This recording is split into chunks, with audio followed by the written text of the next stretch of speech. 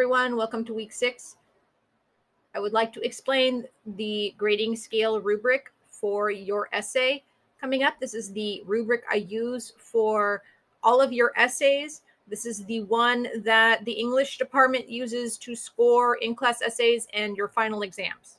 Okay, so I just use the same one for everything.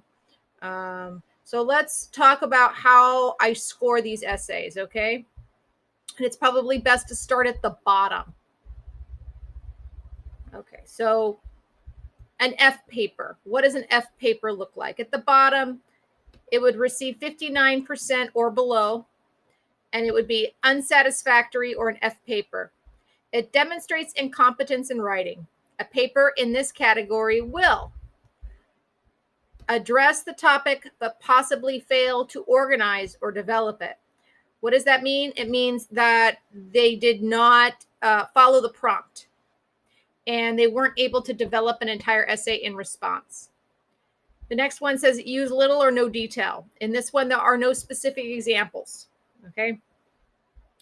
The next one, display serious and frequent errors in grammar, sentence structure. In this paper, it would be very hard to read. I wouldn't be able to read through the errors, and there might be an error in every other sentence.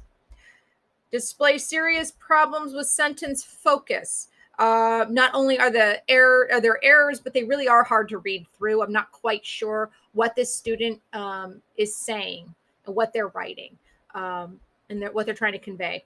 If you get maybe one or more of those, you might receive an F on your paper. A D paper is a 60 to 69%.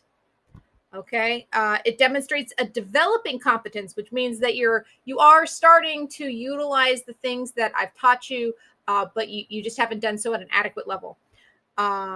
It is inadequate either in the paragraph or sentence level or both. A D paper is inadequately organized or developed. Okay, so it hasn't quite developed into a complete essay with distinct main ideas that add up into the whole of the thesis. It may not be a complete essay to begin with. It fails to support or illustrate ideas with appropriate, sufficient detail. So it lacks illustrative examples to support main points or specific or concrete language to convey ideas.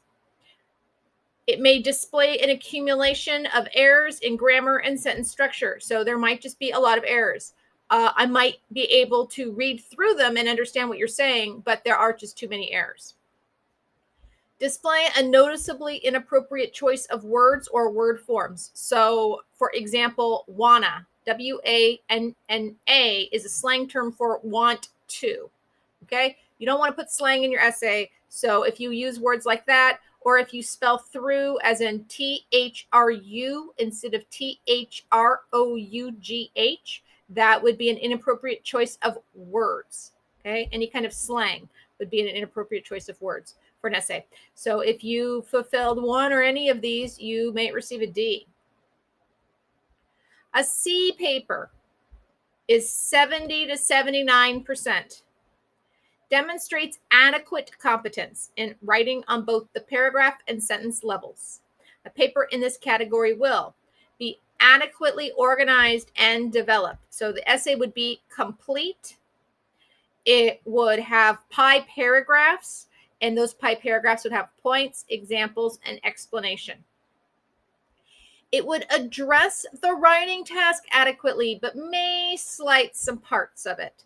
So you would write an essay in response to the prompt and include most of the elements, but you maybe slighted a part of it. Maybe you didn't put in enough quotes. Maybe you didn't adequately respond to one other author or more, depending on what the requirements of the essay were. You may have done it, you just didn't do it very fully. Your summary might be incomplete.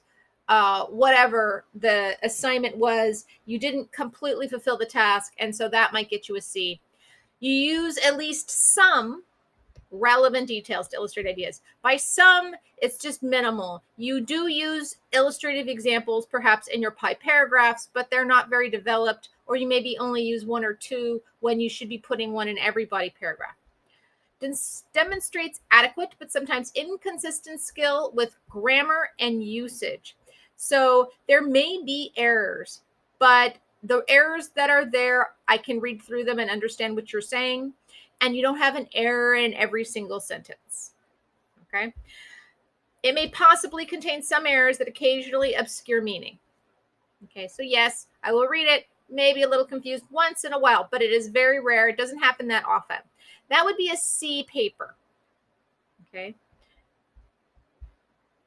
A B paper demonstrates competence in writing on both the paragraph and sentence levels, though it will have occasional errors. It will be generally well organized, but have fewer details than an A paper. Okay, so it is pretty well organized. Maybe it's not as specific as it could be, but it's clearly got developed paragraphs. The introduction prepares us for the thesis. There is a thesis, and then there's a thoughtful conclusion. It perhaps address some parts of the task more effectively than others. So no part of the task is missing.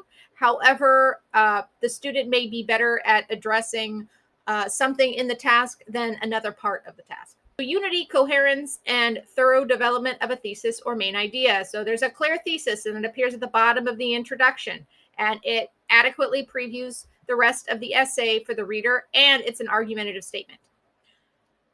Demonstrate some sentence variety and appropriate word choice. So reading the essay, nothing seemed out of voice. The writing was clear. I could read directly through the prose to get to the main ideas of what you were saying. By sentence variety, it means you don't have choppy writing. You don't use the same sentence structure over and over and over again. Display skill in language use, but have more errors than an A paper. So you could still get a B and have a few errors. That's not that big of a deal. But I should be able to read through all of those errors. An A paper demonstrates superior competence in writing on both the paragraph and sentence level, though it may have occasional errors. So note that even an A paper may have a few errors. It will not be perfect, but it will be close. It will be well organized and effectively addressing the writing task. So it follows the prompt, and it includes all aspects of the prompt. Use appropriate details to support a thesis or illustrate ideas. Every body paragraph has illustrative examples, and your writing is very clear and specific. It is not vague or general. The A paper shows unity, coherence, and thorough development of a thesis or main idea. Like the B paper, it's a statement, not a question, but a statement that appears at the end of the introduction. The reader can preview the rest of the essay based on it. And it's an argumentative statement, and it is very clear and specific and thorough. Lastly, it demonstrates effective sentence variety and a good range of vocabulary. By that, however, does not mean the range of vocabulary is using that synonym button, because it's clear when something sounds off or out of voice. It's a word that does not match the style of the essay. So try to use words that you already know or that you have read recently, but I would not just use the synonym button, because sometimes it's inaccurate, and it will, doing that enough times might throw you down to a B paper, because it's clear that you're not using a range of vocabulary that you have control over. You're just borrowing words off of a program. All right, so that is the rubric, and this is how I score all of your essays. Okay. If you have any questions about the rubric, please go to Got Questions and post a question. You can come to my office hours. Really study this before you read people's essays, before you give feedback. Okay, so you understand what it's asking.